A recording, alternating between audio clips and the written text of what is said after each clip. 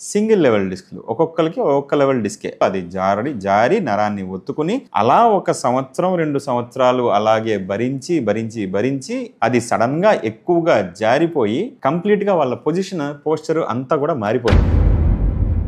ఒక స్టేజ్కి వచ్చేసరికి ఒక సైడ్ బెండ్ అయిపోయి ఇలా సైడ్కి బెండ్ అయిపోయి నడుస్తూ ఉంటారు.